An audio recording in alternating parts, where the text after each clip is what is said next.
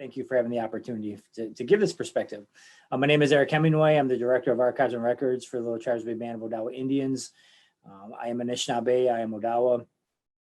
I grew up in Cross Village, Michigan, which is just south of Mackinac, north of Harbor Springs, along the shores of Lake Michigan.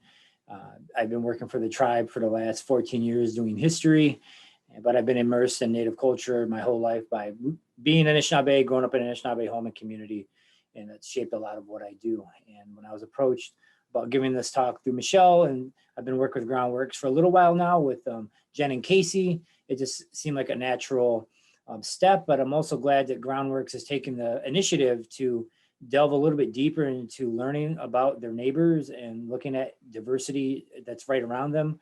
We don't have to look at populations that are in different states or in the cities. We have it right here in northern Michigan, but oftentimes it's neglected or Native people are seen as invisible. So I applaud Groundworks for stepping outside of the comfort zone, because what I'm going to talk about is very uncomfortable today. Native history is not happy history, but you have to know about people's history, I believe, to understand where they are today and where they're going. So a lot of what I'm going to discuss is uneasy, it's unnerving, it's a lot of it's sensitive materials that I'll be covering. And that's why I'm happy that we're going to have another hour to talk about this more in depth instead of 3 questions and we're done. I want to have some time to have everybody think about what we talk or what's being said today, and we'll come back next week and go over it in more detail.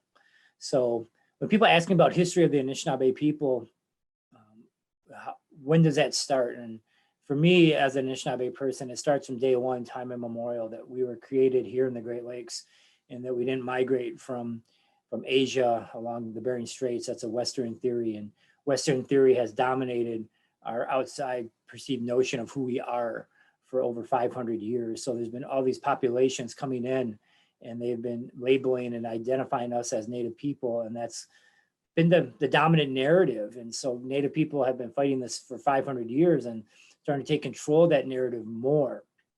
And one of the narratives is origin. And I think that's really important because that sets the tone on how long you've been in a place. And we've been in this place since day one. I can't give you a year, but I just know it's been thousands of years. And people ask me, how do I know that? And it goes through our traditions, our culture, our ceremonies, our history that's passed down. But also, I've had a unique opportunity with the line of work that I've done here at the tribe through repatriation. So I worked under a federal law of the Native American Graves Repatriation Act, NAGPRA, and this was a law enacted in 1990 that enabled tribes to pursue and reclaim their ancestral remains as part of their religion. Native people didn't have their religion legally recognized until 1978. So up until 1978, it was technically illegal for Native people to carry out their religious practices in the open. And many tribes across the country were persecuted for this. There was people who were thrown in jail, they were fined, they had their sacred items taken from them, especially in the late 1800s, early 20th century, this was rampant. But then there's also the social pressure that society puts on tribes of labeling their religion and their practices as devil worship, demonic, paganism, heathenism. So even though the law may not have been knocking on your door to break up the ceremony, your neighbors were putting pressure on you to adapt and to assimilate, which is part of a conversation we're going to get to later.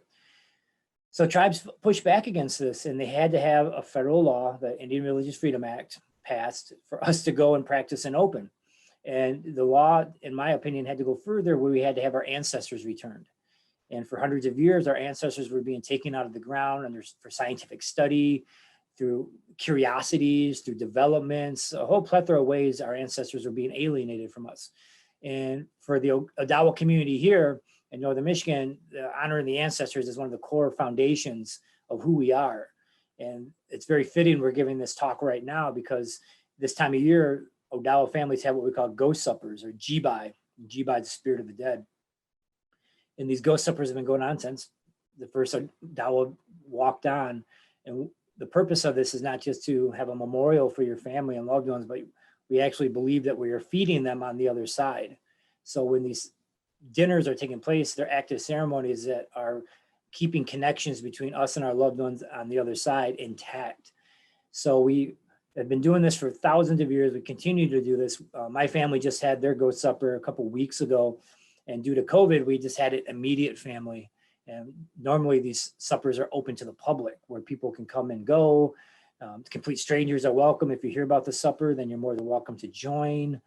And people come in, they eat, and they feed their loved ones. And we've been doing this with my family since I was a little kid, since I can earliest memories. And it shifted where we would have it at my mom's house. Now we have it at me and my partner's house. But my mom, of course, is still the boss. She comes down, sets things up, gets, plans of cooking and so on and so forth. But the start of the ceremony is we have a sacred fire and we burn food for them first, and then we eat. And it's the most important, I feel, activity for myself that I participate in all year.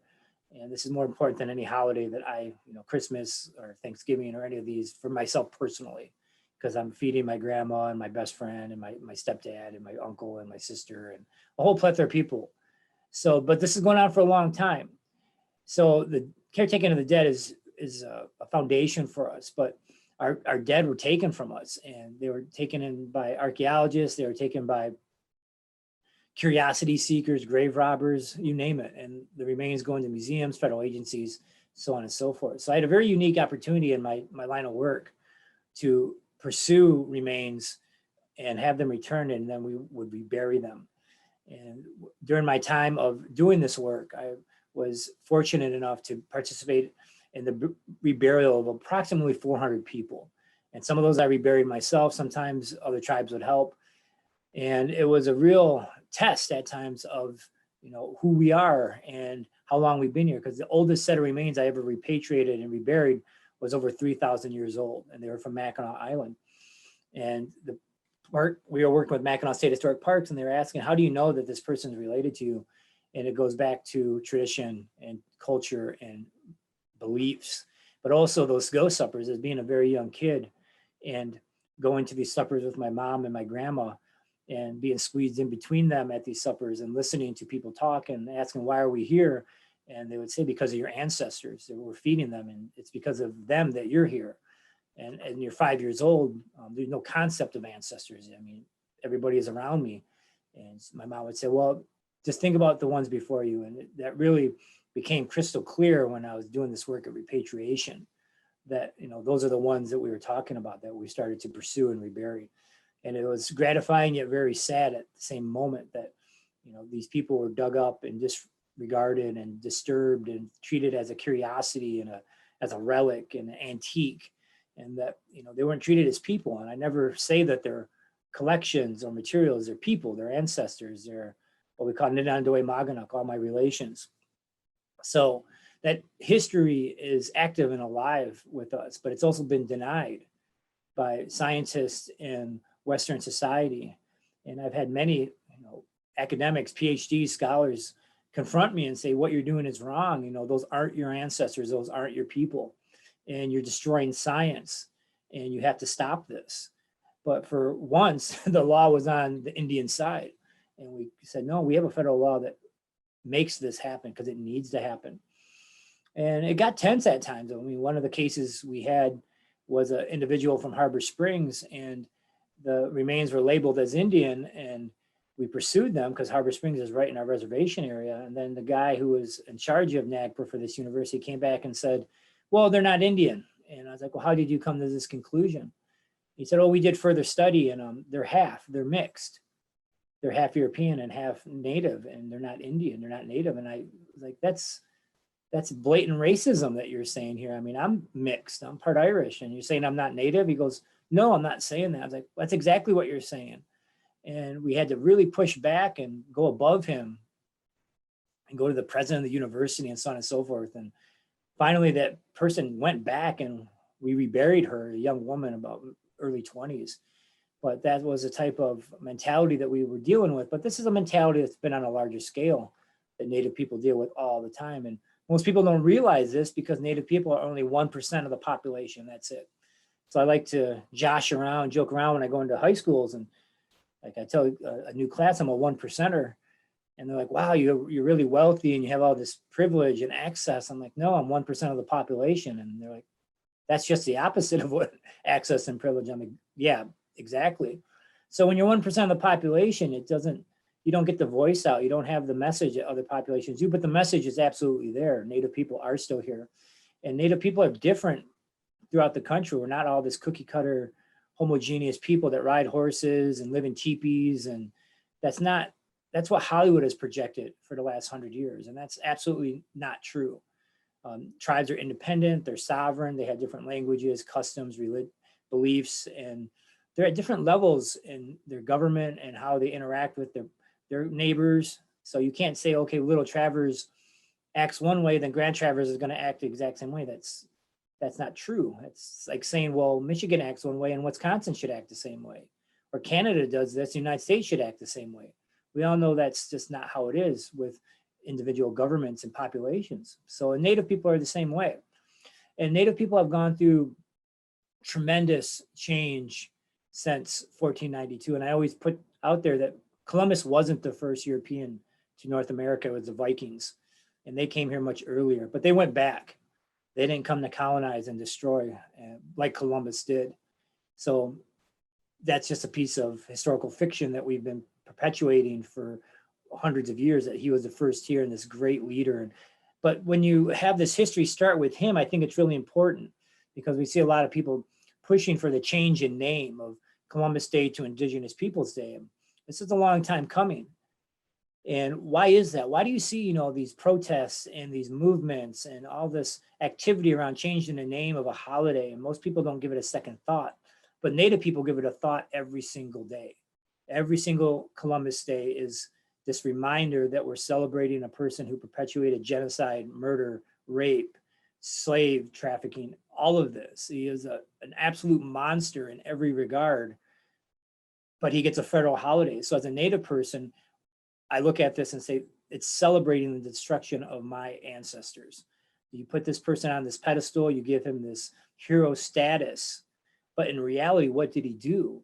He was a monster, and like I said, every way. And how do I know this? I go into some classes and talk about this, and it's from his own men. They would write journals about what they did and said, we have to write about this because these people are going to be gone and nobody will know their story. And that's absolutely true. Within 50 years, everybody Columbus and his men encountered were dead. They're extinct. And there's so many tribes that are extinct since Columbus's contact. And Columbus, his main moneymaker was the trafficking of young girls between the ages of 10 and 14. And it wasn't gold, it wasn't, other natural resources, it was human resources. And so he was in prostitution of young girls because that's what brought the most profit. And so as a Native person, you look at this and it makes you feel, for one, uneasy, but you're not part of the conversation, you're not part of this larger scope of America. When you have somebody like this being celebrated, it makes you withdraw, it pushes you back. But if Native people are anything, they're resilient and they push back and say, no, we're not going to sit here and let this person have this name and this day. Let's switch it to Indigenous Peoples Day, not just to honor, Indigenous people in the present, but to acknowledge the Indigenous people that haven't survived, which is numerous. So it's things like this, I think, having a better understanding of, why do you see this? And it's not just a Native issue. This is a human issue, I feel. That if, you have these things with your own neighbors, and I'm not saying, outright support, but have some understanding of what they're doing and why they're doing it. So it starts with Columbus. You can't ignore this. And then it leads into, other contacts with the French and the British and finally the Americans. And I always say this, and it's a truism, that no Europeans were ever invited to North America. They came uninvited. And they came under this idea that this was their God-given right to come and take this land. It's an idea called manifest destiny. And they created these legal mechanisms to disenfranchise Native people from their lands based on religion and race. That Native people had a right to possess the land, but they didn't have a right to own it because they were uncivilized. And only civilized people can own land. And therefore, this whole continent was ripe for the taking, and that's exactly what happened. So Dutch, Spanish, French, British, and finally Americans, embrace this idea of manifest destiny wholesale. And I often thought to myself, what would drive a person from their indigenous homelands of Europe to cross the Atlantic Ocean in a very dangerous and a journey full of suffering on a boat for months sometimes, and get here and you're in an alien area that you're going to have to work and suffer even more. But the drive, from what I understand, is it's their God-given right, and that's a hard right to overcome. So these people come by the thousands, by the millions, and essentially invade. And we hear this narrative of exploration and settlers, but that's from a Western viewpoint. But from an indigenous viewpoint, this is invasion, incursion. And when this happens, there's conflict. It's inevitable. So all these tribes would fight back against this incursion. And that's something that's not talked about. We're getting close to Thanksgiving, and this is another propaganda piece in my mind. The idea that all these natives got together and had a big supper with the pilgrims and everything was hunky-dory and everybody loved each other. That's not the case. There was about a dozen Wampanoag Indians that were with the pilgrims, but the rest of the tribe was fighting with the pilgrims over resources, mainly land. And every single tribe in the United States has had war with Europeans or Americans, every single tribe, from Powhatan's War to King Philip's War in the 1600s. And as the push went west, and every tribe that they encountered, they were at war with. And the Odawa were no different. We went against the British twice in the French and Indian War, Pontiac's War. Then we fought against the Americans 3 times, and the Revolutionary War, Little Turtles War, and the War of 1812. So we fought Anglo forces 5 times in about 150 years. And that's, for one thing, to defend our land and our way of life. So it's idea that all these people are getting along and sharing resources is completely false. And it really pains me when I go and see schools where they're dressing up as Indians and pilgrims, and they wear little feather headdresses and they're dancing and singing. And it just perpetuates this idea that this was a mutually beneficial event at time, and it wasn't. So this is what we're trying to get away from and just show, the perspective. And I'm not saying we're rewriting history. This isn't revisionist history. It's just another part of a story that hasn't been told. And it's a painful story, and this story of warfare. And as a professional historian, I get, time to really delve into these records. And I just didn't realize how much fighting there was. Now, it makes me proud on one hand to say my ancestors just didn't step back and say, here you go. It's, you're a superior race and you have more right to our homelands. But no, they fought back viciously. And this happened not just in the Great Lakes, but Southwest with the Cherokee and the Seminole and the Choctaws. And you get out into Texas with the Apaches and Comanches and the Plains Indians with the Arikara, Mandan, Dakotas, Lakotas. Southwest is the Hopi, the Navajo. And in California is just a devastating story where they had state-sanctioned genocide, where they would have bounties for Native people all through the 1820s, 30s, and the 50s, where they would pay people to go and hunt down Indians. And this was to clear the land, essentially. And this happened in California, it happened in Texas, it happened in Minnesota in the 1860s, that they would put bounties out on Indians. And they would put these bounties in public newspapers, saying that they would pay people, $100 per redskin. And the proof of purchase was, a body or a head or a scalp, something to show that you taken this person. And so people were being hunted for profit. And this happened all across this continent. But California was one of the worst. And there was a book that came out a few years ago called An American Genocide. And it's about the genocide of California with all the Indians. And I got halfway through it. And there's just so much you can read. And I'll pick it back up. I had to put it down because you just can't. I couldn't at the time just keep reading about massacres of villages where these settlers and gold rushers, 49ers, were going in and just killing hundreds, thousands of people for money.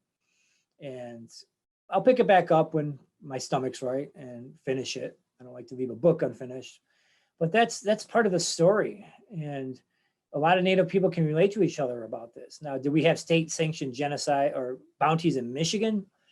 Not to my knowledge, but there was removal in the 1830s. And this didn't happen just in, Georgia and Tennessee and Florida that we read about in history books. It's, the Cherokee is the focus of this, but we had removal here in Michigan, and this was all under an Indian removal policy developed by Andrew Jackson. And another individual was Lewis Cass, who was the Secretary of War for Jackson, and he was also the territorial governor of Michigan. So Cass is a Michigan guy, and he was the architect for this genocidal policy of removing over 200,000 natives from their lands east of the Mississippi to west of the Mississippi. And there was another guy involved in this called Henry Schoolcraft, who was an Indian agent for Michigan, who was very much pro-removal. So after the War of 1812, the tribes lost, and the repercussions was removal. And this was done all under the guise that this is the best thing for you. Will help you civilize you, because during this time period, the American government developed what we called civilization policies, that they thought it was their right to take every native person and turn them into a white settler. That your religion, your language, your government, how you raise children, everything that made you Indian had to be erased, and you had to be instilled with this European American ideology, thinking, religion. And these civilization policies went on for almost 150 years, and they impacted every single way that a native person lived and interacted, not just with their own communities, but with their greater communities. And part of these civilization policies was removal. And removal came to Michigan. It was here, and it was in Southwest Michigan primarily, that the government was mandated to clear the Potawatomi. So Kalamazoo, Battle Creek all became these, hotly contested areas. And one account of removal that I found was pretty heartbreaking. And this was in 1838, that this Potawatomi village near Battle Creek got wind that the army was coming. And they decided that they can't stay, because removal was essentially a death march. So when they removed you, they made you march out to Oklahoma or Kansas, and you walked. Or you rode, if you had a horse, they would let you, but most of the time you walked. And people would die by disease, by starvation, by exposure. And then once you got to Oklahoma or Kansas, you were in an alien environment. You didn't know where to hunt, what animals were there, or fishing was not like it is here with the Great Lakes.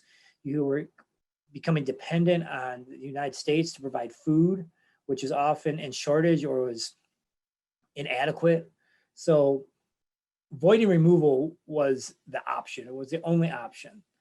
And this tribe and this Potawatomi group in Battle Creek, they decided that we're going to try to make it to a place called Wapuu Island. And this is just off of Detroit in Ontario. It became a refugee center, essentially, where Odawas, Ojibways, Potawatomis, everybody's going to Wapuu, Canada, to avoid removal. So this community, it's a village, about 60 people, they are fleeing towards Wapuu. They're going east, and the army arrives to this village, and it's empty, but they know that they just left. And the army at this time would hire what they call conductors. And these were white settlers who would be hired to hunt Indians. And they did this because, well, it was also for money, but they also were chosen because they knew the Indians' habits, because they were their neighbors. And so they go to Battle Creek and they ask anybody who want to be hired. And this one settler says, yeah, I'll go. I know them. And so they're chasing this village. And this is old, women and men and children. It's not a war party. It's a community. And they get to a large swamp just south of Flint. And the general at the time, Brady, says, well, nobody in the right mind would go in the swamp. It's too gnarly, and we're going to go around it and keep pursuing them. And this conductor said, no, that's what they're banking on you doing. They're hiding in the swamp, waiting for you to go by. And so they listen to the conductor, and they go into the swamp, and lo and behold, they find this village, 60 people. And immediately they separate the kids from the parents. And once you separate kids, people break down. They're not going to fight. They're not going to resist. They literally break down. And so they take all the kids away, separate them. And the conductor, he writes about this in his memoirs. That's why I learned about this, that the parents just fling themselves onto the ground and they're wailing and crying. And then they chain them up and they put them face down in the mud. And he says, I don't know what they're saying because it's in Indian, but I know what it means. And I thought that was a very, very powerful line that even though he doesn't speak the language, he knows what they're saying. It's, we want our kids back. And so they collect all of the community, and they do reunite them with with their children, but then they march them out west. And they're still out in Kansas to this day. They're the Prairie Band of Potawatomi in Kansas, but the original place is Michigan and northern Indiana. So that happened here, and the trauma of having this happen, reverberates through your communities. And what do you do to avoid removal? You do everything. And the community here in the Odawa, they took great steps to avoid removal. So they started to adopt American dress. They started to assimilate, at least on the outside, to avoid removal, because this is home. This is where our ancestors are buried. This is where we have everything. It's the center of the universe. And we had a great number of leaders during this 1830s period fight back. And they decided that we had to get into what we call a treaty, which is an agreement between nations. And this treaty would keep us home. That was the main purpose of this Treaty of 1836 of Washington, D.C. So in November of 1835, during this month, they went and departed from Zorn Park in Harbor Springs. So this is the beach in Harbor Springs, and they departed in birch bark canoes in November, and they paddled all the way to Washington, D.C. to negotiate a treaty with the most hostile audience: Andrew Jackson, Lewis Cass, and Henry Schoolcraft. This agreement was with 5 other communities: Manistee, Grand Traverse, Grand River, Little Traverse, Mackinac, and Sault Ste. Marie. And this was just to stay home. That was the purpose, to avoid removal, and to also retain rights to natural resources, to eat, to survive. So they negotiated this treaty under this environment of removal, hostile anti-Indian policy and rhetoric coming from DC and from the state of Michigan. And they did this, and they succeeded with this treaty in 1836. And this is one of the hallmark events that kept us here. Now we would have to negotiate another treaty in 1855 to finally erase the threat of removal. There was a clause in the 1836 treaty that said if the president wanted to remove the Odawa and Ojibwe, he could, under his discretion, Article 2. So for about 20 years, there was a lot of stress in our community. It was, will the president send the army? You don't know. And some Odawa left. They went to a place called Manitoulin Island and relocated back to a place called Waquemacone. And they're still there to this day, a very thriving, very large Odawa community, but has its roots here because they were so afraid of removal. So they went back home to Manitoulin, but most of us stayed here, and we gutted it out. And even though, all this change is going on around you, you stay home, you're committed to your home. And we had leaders who were fighting for this. And one of them was Augustine Hamlin. He was a very articulate and bright young man who actually studied at the Vatican to be a priest in the 1820s. And he came back home. And he never became a priest, but he was literally brilliant in the fact he could speak 5 languages, he could read and write in 4. And he was the head interpreter for the treaties. And he would write these just beautiful letters to Congress, to the president, and just talking about how the will of the community is to stay home, and they knew their rights. And every single letter that he talks about staying home, he talks about the ancestors, that you can't be alienated from your dead. And so that brings me back to, having these ghost suppers home here, that this has been going on and for so long. And, I enjoy this today because of people like Augustine that had to go through these completely insane times of having to paddle a birch bark canoe to Washington, D.C. in November and meet with somebody who is possibly the most anti-Indian president ever in Andrew Jackson. But they did this, and they came back successful as they could be. But once they came back home, this wave of settlers was just crashing over us every year. And by 1872, we're the minority here in northern Michigan. But we don't leave. We just become surrounded by, other people. And during this whole time, we're trying to retain as much as we can of our culture and our traditions and language. But again, you're dealing with these civilization policies, and they just keep eroding and grinding on the community.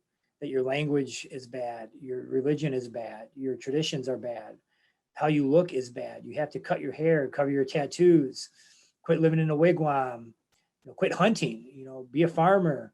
And over time, people had to adopt this type of lifestyle in order to stay home. And that's what they did. But they still hunted and fished and practiced in secret as much as they could. And people ask me today, Eric, how come you don't speak your language fluently? And you have a few words that you say. And I'm like, well, it was systematically taken out of my community. And one of the instruments for that taking was the Indian boarding schools. And the Indian boarding schools were all across the country in the late 1800s, all the way until the late 20th century. And the US government, again, was surveying all the tribes and tribal populations and saying, they're not becoming civilized enough. There's still a bunch of savages. How are we going to, break this? And the obvious answer was, again, the kids. So they targeted children, taking them out of their family nucleuses and putting them into these institutions of forced assimilation called a boarding school. And there was over 100 of these schools across the country. And we had one of them here in our backyard at Harbor Springs, the Holy Childhood of Jesus Indian Boarding School. And Holy Childhood operated from the late 1880s all the way till 1983. It was the last boarding school in the United States to close. Hundreds, if not thousands of kids went through this school, many from this community, but we had kids from our community go to schools in Kansas, Pennsylvania, Indiana, Mount Pleasant, and they would just disperse them. And sometimes they would live at these schools for a year, and the goal was always to get the kid at the youngest age. Because if you get them at the youngest age, they're not going to have that culture, tradition, language instilled into them. So some of these kids would be young as 4, 5, 6 years old, and they would stay at these schools for years. And while at the schools, they were forbidden to speak their language, forbidden to participate in any culture, traditions. A lot of times they were forbidden to interact with their siblings. They're separated by gender. And breaking the rules often was met with very severe punishments that was either physical, mental, emotional, or all the above. So, for example, if a kid just spoke their language, they could be beaten, or they could be put in isolation, or they could have family visits revoked. So the punishment was wide-ranging and it was severe. And we had one of these schools in our backyard. Now, not every kid had a bad experience at these schools. I've talked to people who said, I didn't see this because, mind you, again, our school closed in 1983. So there's a lot of living survivors with us today in this community. So I take the time to listen to their stories. And some of them were shocking, both for what they didn't experience and for what they did. So when I say they didn't, I talk to people and say, I never had anything bad happen to me. I had a positive experience. I'm like, really? Tell me more. Like, yeah, I was fed, I had friends, I learned, and it was like a normal school. But then I talk with some people and they had such bad experiences, they can't talk about it. And then the people who are able to talk about it just tell me these horrendous circumstances that they went through on a day-to-day basis of beatings and violence and everything unimaginable that is perpetuated onto a kid they witnessed or they saw or experienced. And the most telling interview I ever saw was a project for a university, and they interviewed survivors from Holy Childhood. And this one individual came in and he was almost robotic. He had very, very stern features. You could just tell he wasn't happy to be there, but he agreed to be there. And he sat down, they were asking him these questions about, your time at Holy Childhood. And as the interview went on, he was getting more irritated, more agitated. And finally, the last question the interviewer asked, she asked, do you have any regrets? And during the whole interview, he was looking straight forward. He wouldn't even look at this woman. Then he turned and looked at her and to make eye contact. It was pretty chilling. He goes, the only regret I ever have is I had my daughter and I don't love her and I should have never had her. And I don't love her because I don't love myself.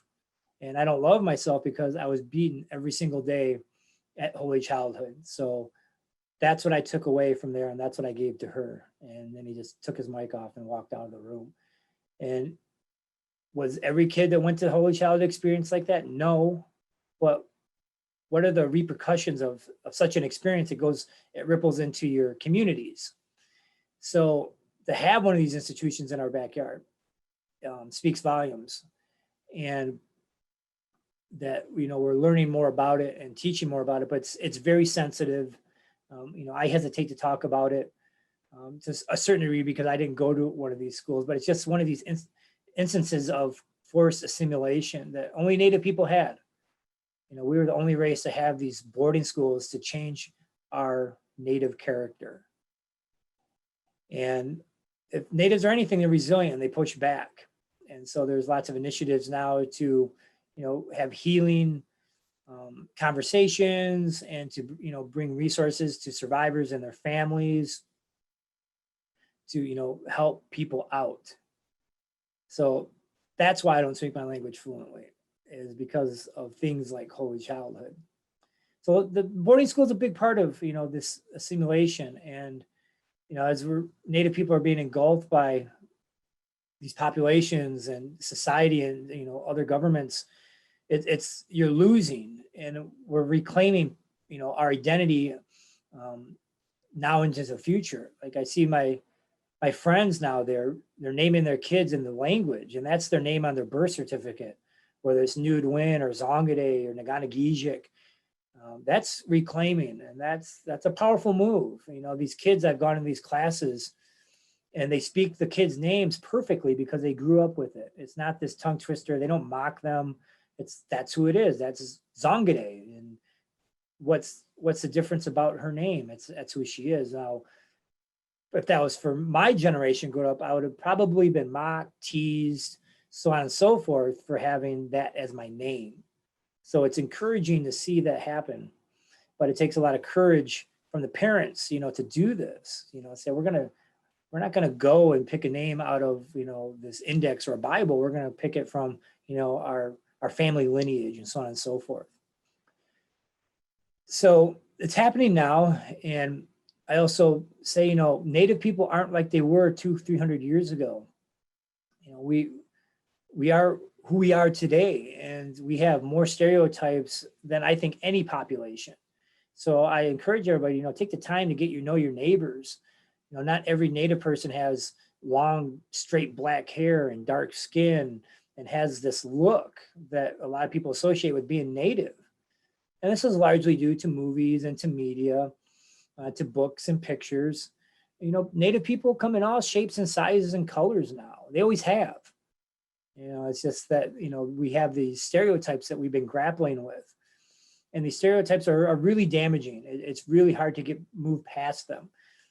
I was at the gym earlier this year before COVID, and this lady was looking at me, non-Native lady, older lady, and I got a lot of tattoos. I'm reclaiming that as part of my tradition, traditional tattooing.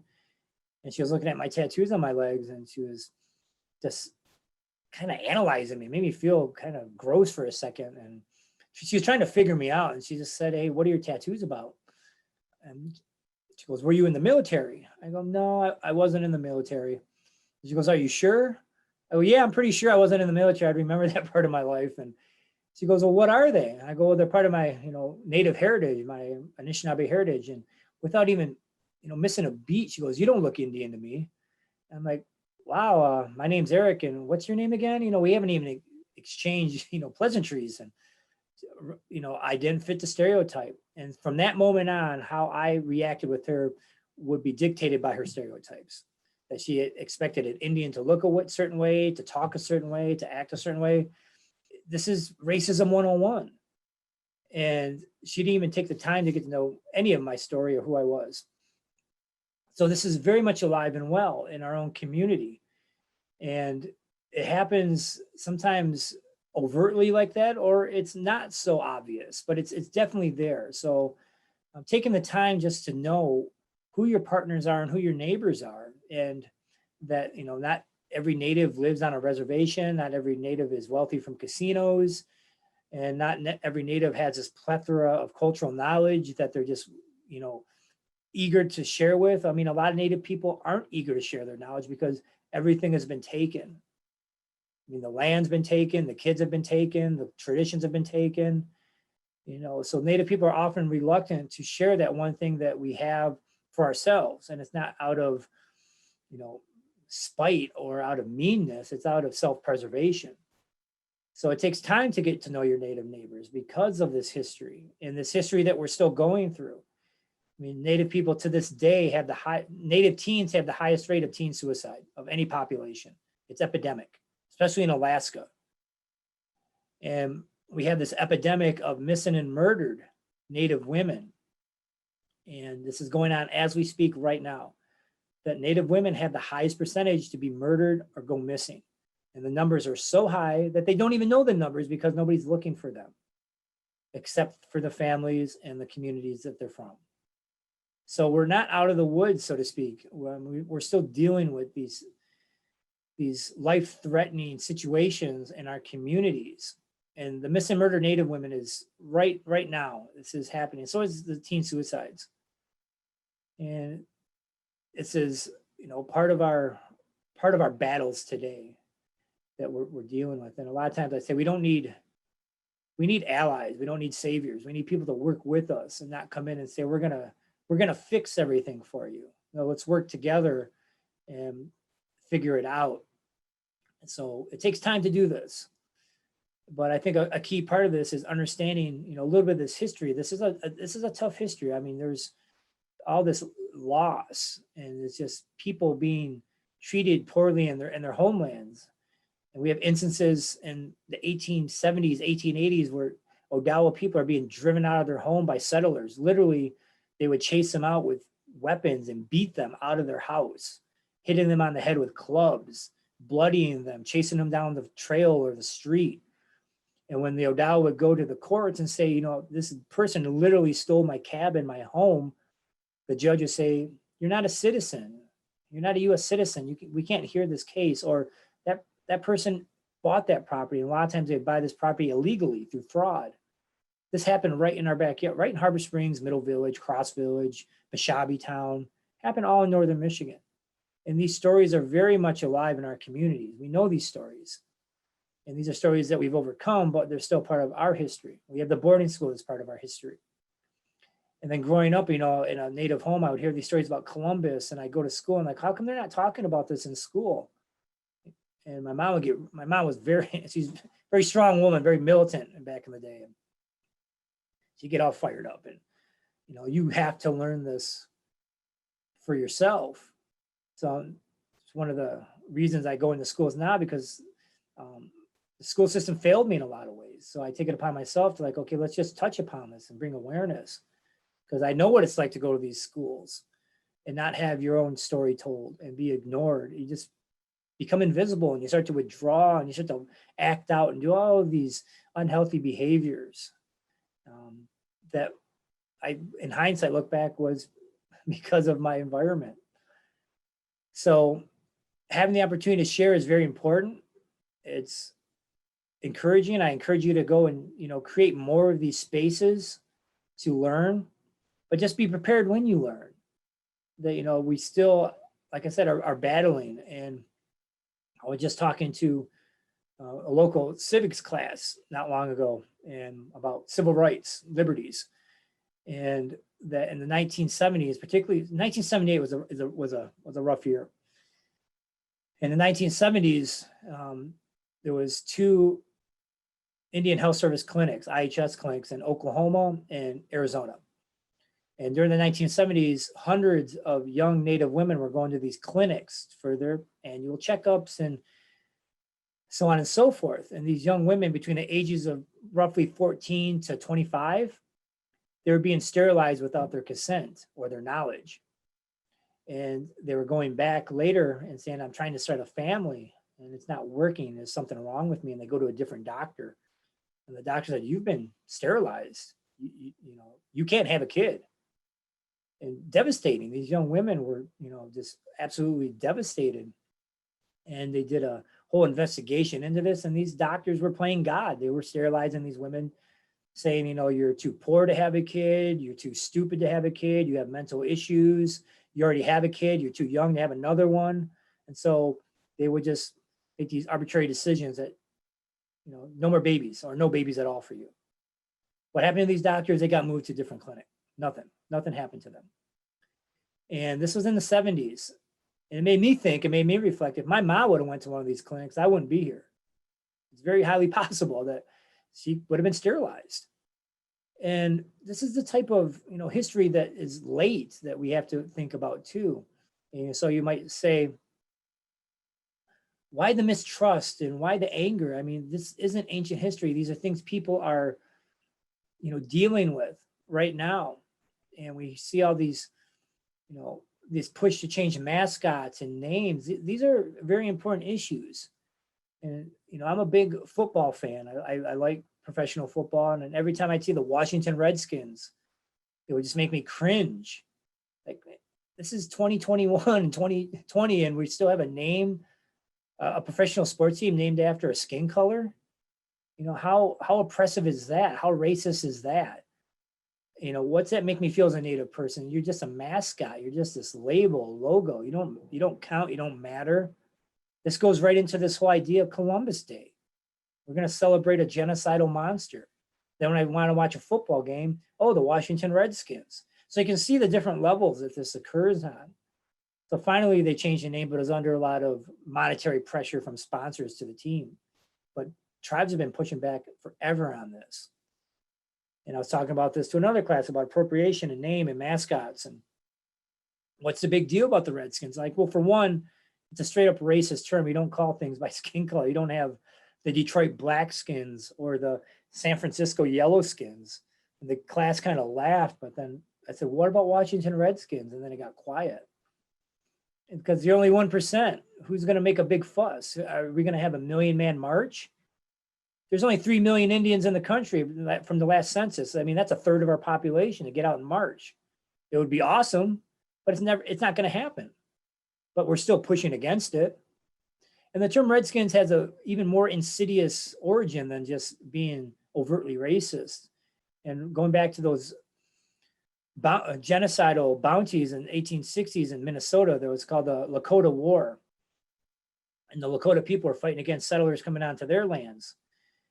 And it got so tense in Minnesota that they put bounties out on Indians. And they put them in the Minnesota Republic. It was like the Detroit Free Press of the time, public newspaper. And it said right in print, for every dead Redskin, we'll pay you $200.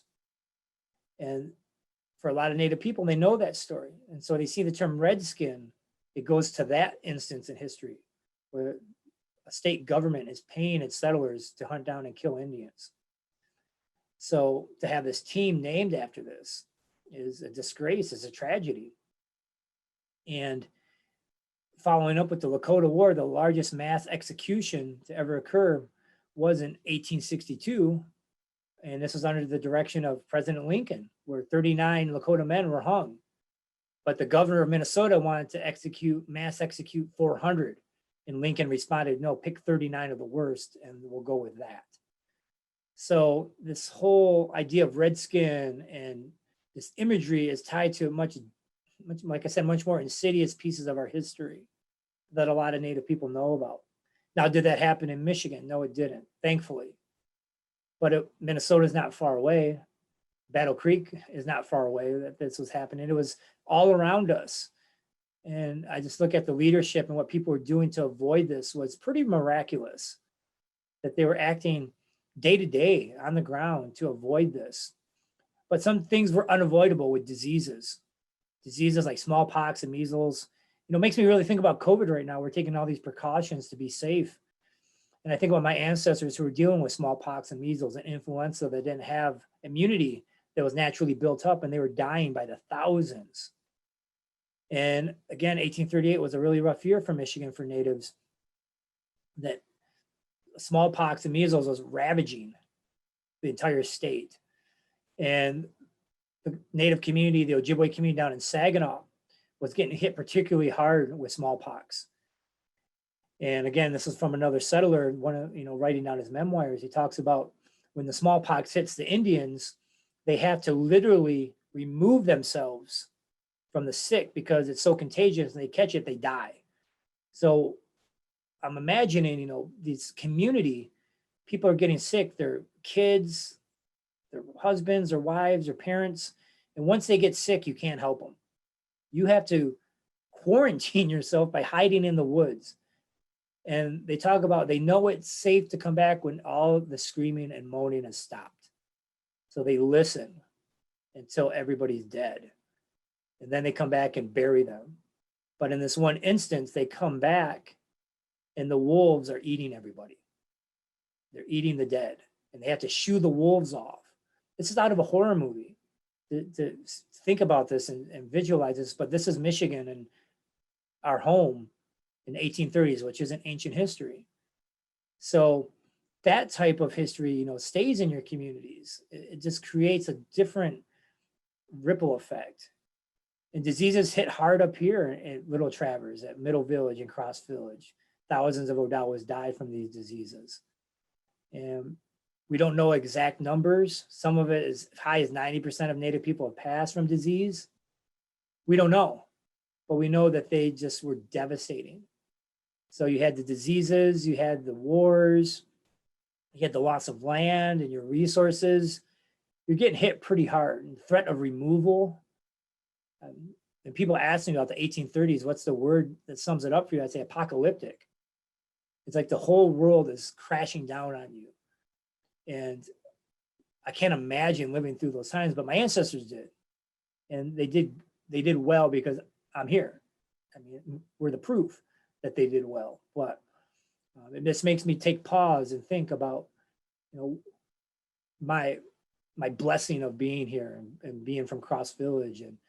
And I don't ever want to end on the victimization note that all these bad things happen to us and that we're stuck being the victim. Bad things happen, but we fought back and we're still here and we're here in our homelands. And I'm very proud to say that, the Odawa are in their homelands before Columbus arrived. Not many tribes can say that they're in their ancestral homelands before Columbus's arrival. And even for the Vikings, for matter of fact. So we're still here. We're your neighbors. We have a whole lot to offer and we have our own, government, and that's a whole nother conversation for another day. It's a very complicated topic, but we're here.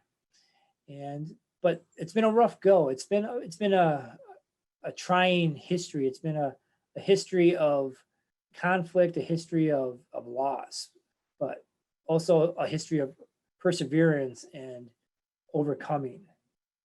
And so with that, I know I'm at my hour and I think we have time for a couple questions, but I want to, thank everybody, but we're going to leave some time for next week to kind of delve deeper into some of this. Or if you have other questions, there's other topics that are rattling around up there in the brain, this is an open conversation.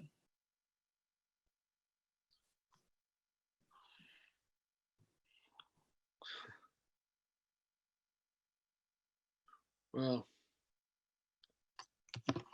I don't know what we can do right now. That was a lot. If people do have questions now, I guess I would encourage us to maybe just take some time to reflect right now on our own, write some questions down maybe, so that we're able to come to next week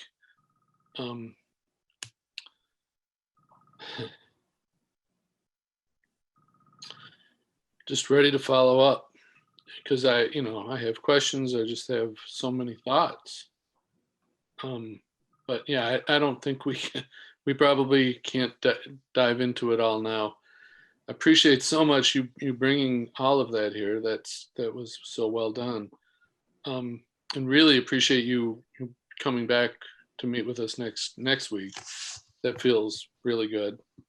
So I hope everyone can take a few minutes today to just gather some thoughts about what Eric shared, and we'll have a conversation next week that I think will be a little opportunity for give and take.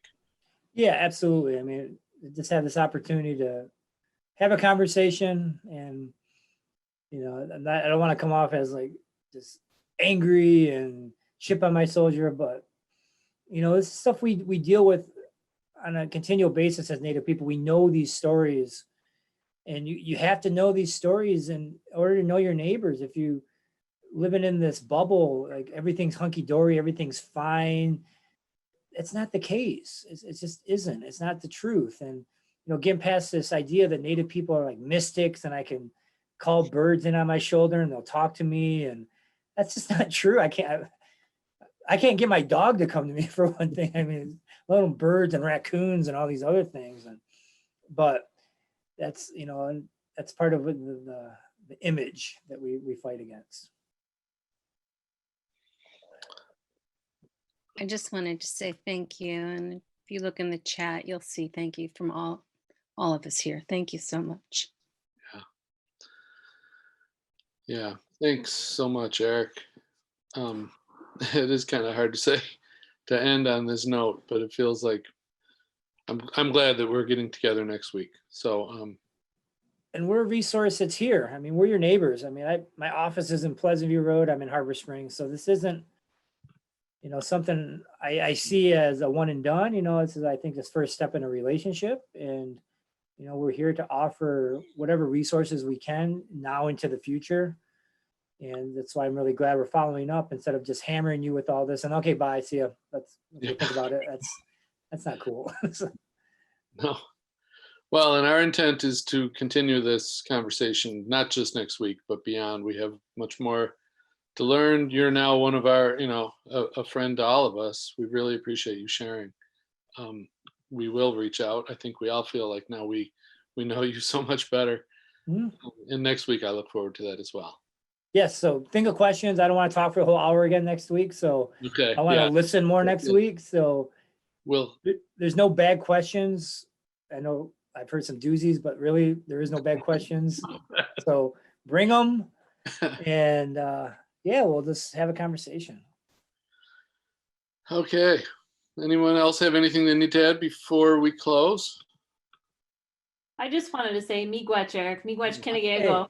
Hey, I didn't know. I apologize. I couldn't be here at the beginning because I'm in other training meetings right now. But I know the Groundworks team is working on making strategic changes as well. And I don't want to speak for the group, but I know that's some of the work that we've been doing at ITC, and would love to have your input on that at some point too in the future.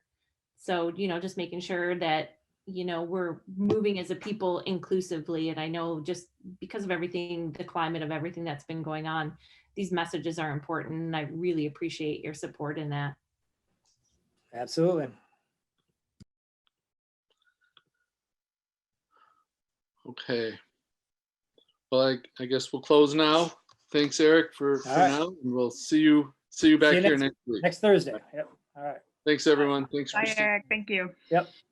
Take care. Take care.